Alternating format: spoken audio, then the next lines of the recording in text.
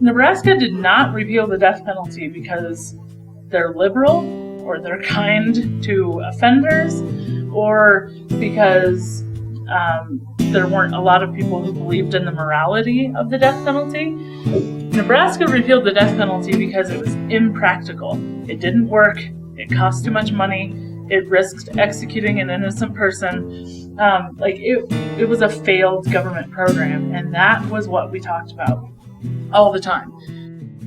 In Nebraska, Liberty folks were the ones who changed the conversation. It was this band of Republicans and Libertarians, because for a long time, the idea of getting rid of the death penalty was this crazy liberal, touchy-feely idea. And Liberty folks came up and said, wait a minute, it's impractical, it doesn't work, it's a failed government policy, it's a bloated government policy. Let's get rid of it. We can't afford to pay for a broken system. And then for some of them, it really was a consistent pro-life ethic. Many of them were Catholic, they believed in life across the board, and that the state shouldn't be in the business of playing God. And they were also able, again, to say things that Democrats weren't able to say, and get traction. Again, that's that political cover, was conservative friends were talking to each other, basically. So I'm going to end there. We can open it up for questions or debate or whatever. Who has a question for Stacy? It seems to me like your argument at the same time proves too much and too little. Okay. And what I mean by the too much part is I think you make very good arguments against our criminal justice system as a whole. By too little, I don't think any of those arguments apply only to the death penalty. And I think the ones that are specifically related to the death penalty don't work. So, for instance, in a couple of ways, not even doing a battle of studies, there's one case of a country I read about, England, where they abolished the death penalty in the mid-'60s, and the homicide rate went up immediately after. And they said, oh, this is terrible, but the solution is we need to take everybody's guns away. So that's what they've done ever since. So I think there's a real risk of a backlash like that if it gets misdirected. The other case that comes to mind here is that of Charles Manson, somebody I think ought to have been executed. And because he was not, he joined up with the Aryan nations in prison. His followers smuggled weapons into the prison. The Aryan nations used those weapons to kill other prisoners, guards. They arranged hits on the outside. So life without parole, which Manson has essentially had, does not stop you from committing any other crimes. And I'll leave it at that for now. Yeah. So a couple things, because there were a lot of points made there. Yes, I agree that all of those things could apply to the criminal justice system as a whole, and is why the entire criminal justice system needs to be overhauled. But the only thing I would say about that is, in any other form of punishment in the criminal justice system, there's reversible error, right? So if I discover that somebody's spent 20 years in prison for rape, and they didn't actually commit the rape, at the very least I can let them out. I can compensate them. You can't give them their 20 years back, but I can compensate them. I can at least let them out of prison. Once we've executed somebody, we're done. I can't give him his life back. I can't bring him back to life. So at the very least, we can liberate people that we've wrongfully convicted. So that's part of why we focus on the death penalty, at least in our work. And to me, the death penalty has always been sort of the pinnacle of all of these problems. So the death penalty sort of is this in a macro level, on a big stage, everyone's seeing it. They might not be seeing it in these other cases. And as long as we have the death penalty, there's like a general attitude as a society that we can just kill problems. Like, I don't actually have to deal with what caused that person to get to where they are, to the point that they could actually kill another human being, because we can just kill problems and get rid of them. We don't have to look back and try and fix it. And getting rid of the death penalty, getting rid of the option to just kill problems, actually, in some ways, will force our society to start dealing with those things. Now, in terms of what you're talking about with life without parole, Manson technically didn't have life without parole. He comes up for parole all the time. But now we have life without parole for real, where people don't come up for parole. The other thing about that is that's a prison management issue more so than a death penalty issue, because, and the reason I say that is people are going to sit on death row for 20, 25 years before we get to kill them. We have to figure out how to manage the prison to prevent them from smuggling in weapons and things like that for those 25 years. I mean, the argument might be that we kill them and we don't, they're not committing crimes anymore, right? That's an incapacitation argument again. But the issue is, if we can't kill them for 25 years, which is arguably, if you take Texas and throw that into the mix, it's closer to 18 years. But if you take Texas out, it's 25 years on average around the country. So we have to figure out how to manage our prisons better for those 20 years if we're going to try and kill them. Because obviously it doesn't solve that problem to kill them 20 years down the line. Just one very quick follow-up question. Would you say you think the error rate for convictions is higher or lower for death penalty cases versus other cases? It's actually higher. Okay. As stringent as the process is, it's actually a little higher, mostly because it's a much higher stakes, and it's more likely that a prosecutor will cheat in that, because it's so high profile, because they're staking their careers on it. They have to put the guy away. They have a bigger incentive to cheat, right? Because it's political. Yeah. We could save a whole lot of the bureaucratic tangle by just droning them. Sure. Yeah, sure. Forget the trial and everything else. That's why we're drone. doing it in foreign policy. Don't drone.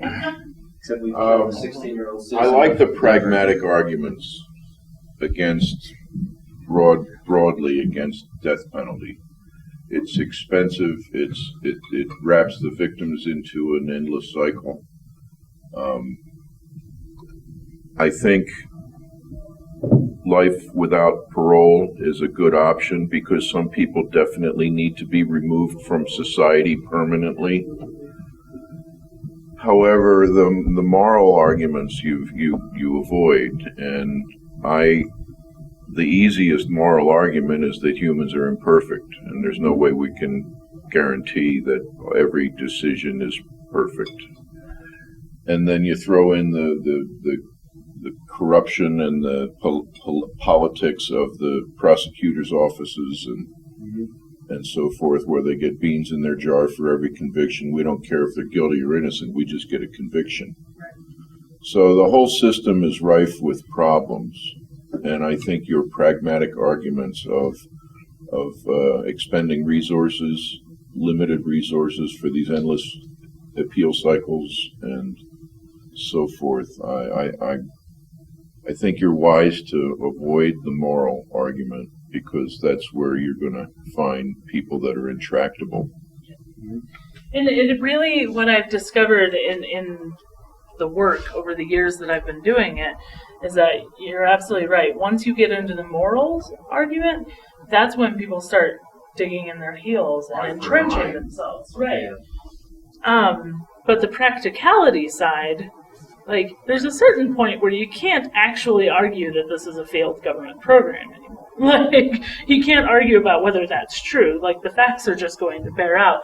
And, like, you could hold on to your moral belief that we should keep it, and we should try and fix it. Like, the solution, we may differ on what the solution is, but at the end of the day, at some point, if you're intellectually honest at all, you have to indict this government program and say, it's not working. So my solution might be to try and fix it, and your solution is to abolish it. We can disagree about that, but again, the moral arguments I learned very quickly in this work don't really work.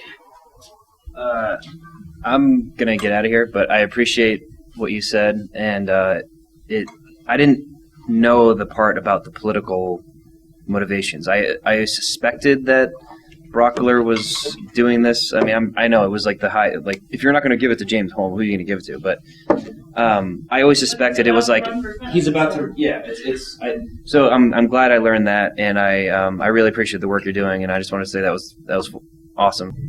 You had quite a number of points around the inequitable application of death sentence or death penalties, and I'm wondering why you feel that's relevant.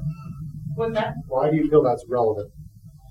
We can't punish everybody the same way. We shouldn't punish anybody that way. Why? So one of the things I didn't actually talk about on here, and I had the point up there and I just didn't hit it, was the inequity of it is problematic because we're choosing to kill some people and not others for very arbitrary reasons. So that's problematic, but what's more problematic to me personally is that the worst of the worst language is actually very harmful to victims' family members, because I'm not about to tell the mother of a murder victim, your child's murder was just common. Like, this one was really bad. Like, this murder was terrible. But, I mean, I'm sad your child was killed, but it was just common. Like, we're not going to expend all the resources to get the ultimate punishment for your child's murder. And what we discovered across the country, is that there is a hierarchy of victims, of who matters and who doesn't. And unfortunately, what you find is wealthy white victims tend to have prosecutors seeking the death penalty for them, as opposed to poor victims of color. The prosecutors aren't going to expend it. And that makes sense if you're thinking in terms of election.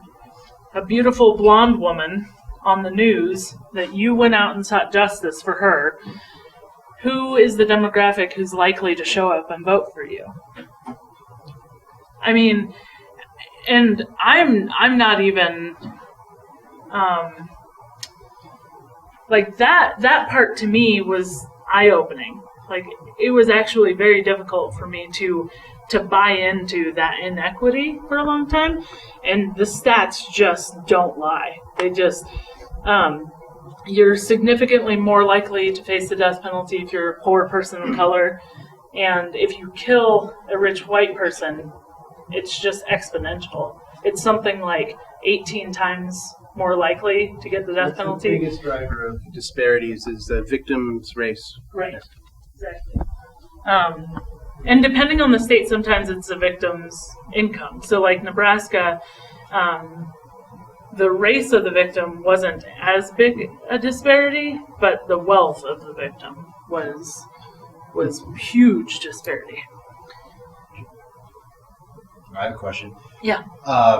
Two questions. The first is the resources. Does deathpenaltyinfo.org have all of the resources for all of the statistics that you use? Yes. Okay. Yes, absolutely. Because there were some shocks in there that I wasn't aware of, so I would really like to go and look up what those numbers actually mean. Right.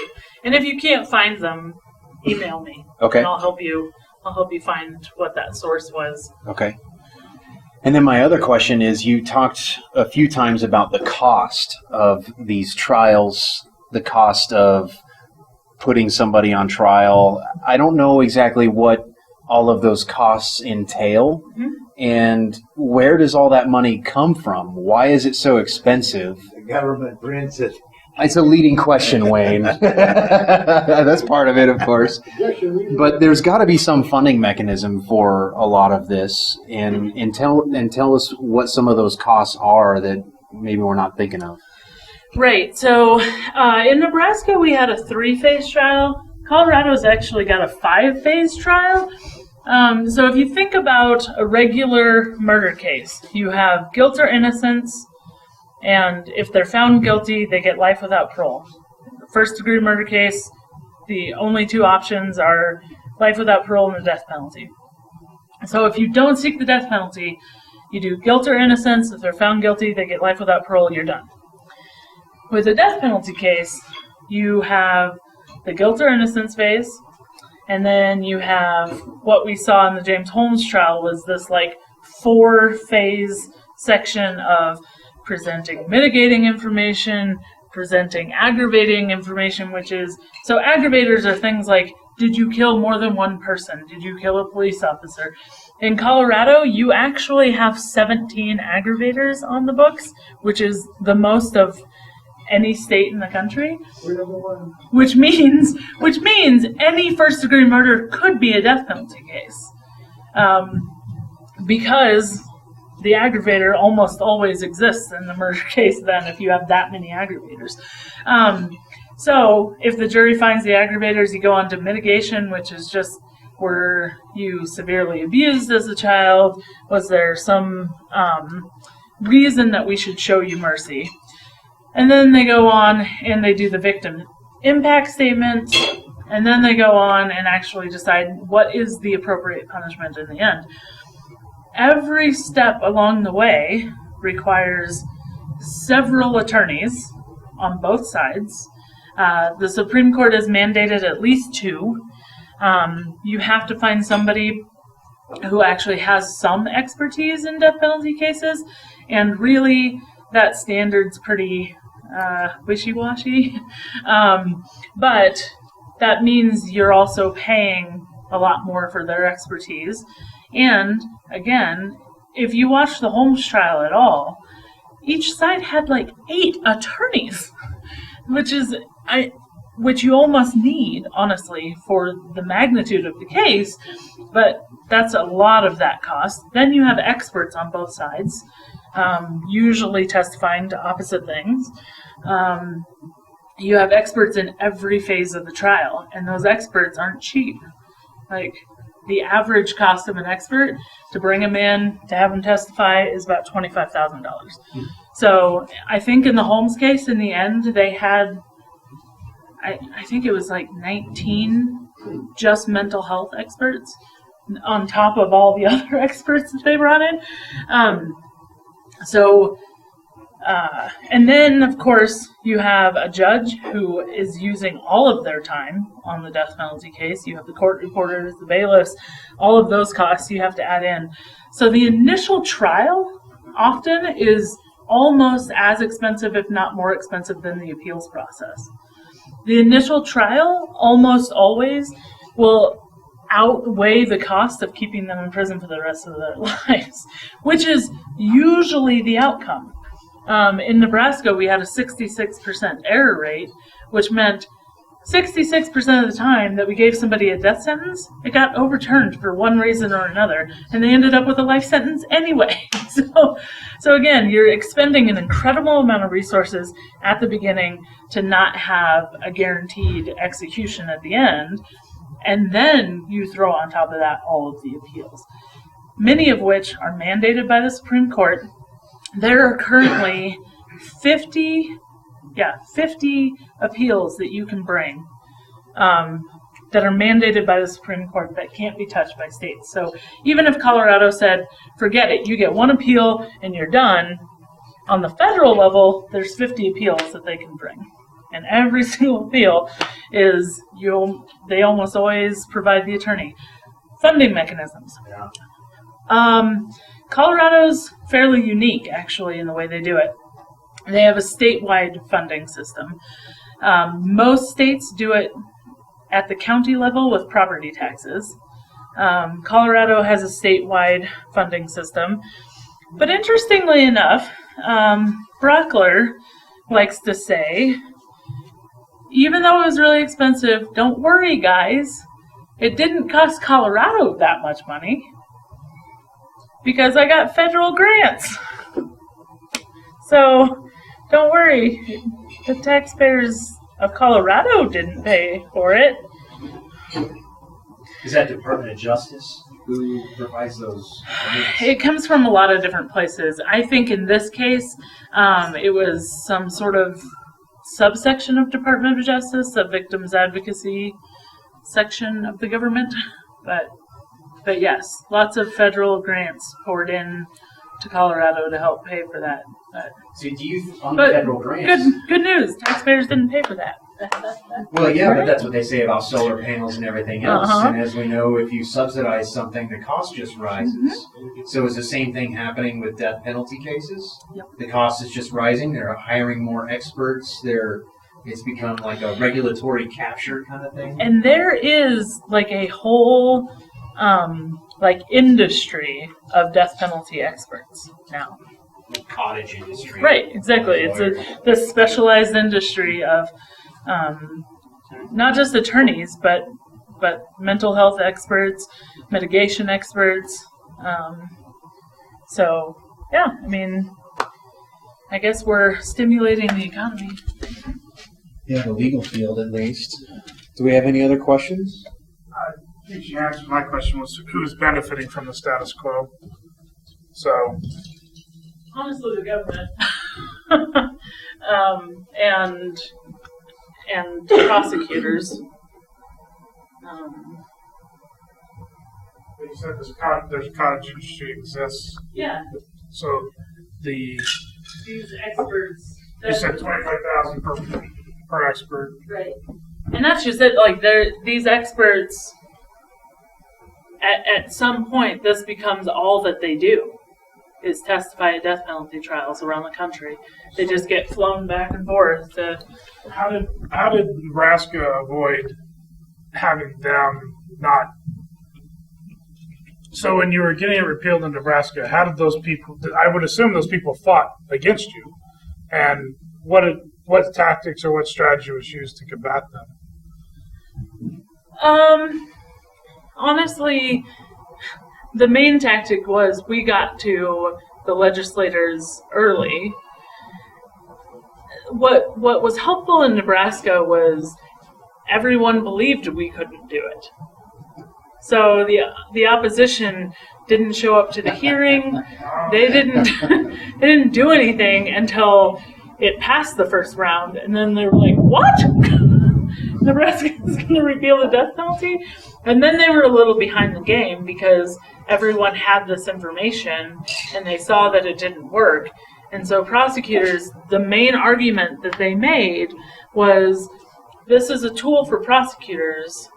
We need it as leverage to be able to get people to confess, to get people to plea. Right. So here's the problem in Nebraska, specifically. The death penalty was used to threaten 6 innocent people who all falsely confessed to a murder they didn't commit. And they spent 20 years on well, not on death row, but in prison, because they confessed, they avoided the death penalty. But under the threat of the death penalty, which is highly unethical, they're not supposed to threaten people with the death penalty, and they'll say that. That's part of their rules and their standards and their ethics. But they do it anyway, and the police can do it all they want to. But those 6 people falsely confessed because they were worried about getting the death penalty. And so we would remind senators of that every time the prosecutors said we need it as a tool. Like, yeah, they could use it as a tool to put more innocent people in prison. Like, the very existence of the death penalty actually causes people to falsely confess. Like 25% of death row exonerations were people who falsely confessed because they were threatened with the death penalty. So what can we expect? You have a campaign going here in Colorado. Your intention is to repeal the death penalty. Right. Are we going to see this in media stories, in the news, in op-eds? Are you going to be up at the Capitol and giving speeches? Like, where are we going to see this? How can we help? Yeah, right now we're sort of in the exploratory phase, trying to feel out the legislators and see how they're feeling about possibly doing a bill. So I don't know actually whether we'll be running a bill or not. That's right, because the bill in Nebraska, it was actually the legislature that repealed it. It wasn't through a citizen referendum. No. Do you even have a referendum process in Nebraska? We do. You do? Okay, so you didn't And- choose to do that. You went through the legislature. Right. Okay. Well, and here's the thing.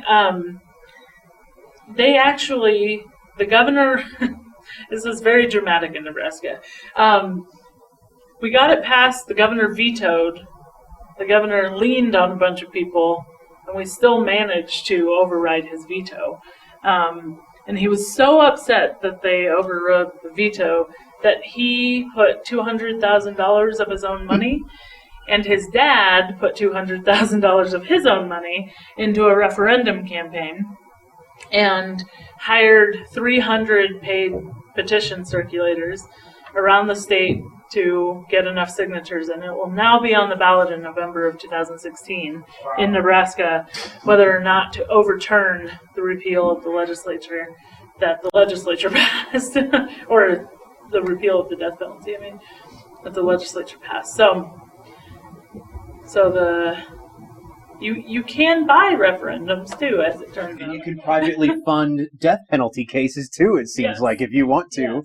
But Yeah, and there's serious questions about whether or not there's a conflict of interest if you've just sort of purchased a punishment that you want to maintain, and you sit on the pardons board that decides who lives or dies. It seems like a conflict to me. I'm not an attorney though, so. Who funds your deathpenaltyinfo.org and your betterpriorities.org? So, Death Penalty Information Center is a nonprofit organization. They're a nonpartisan nonprofit organization. I'm not exactly sure where they get their funding.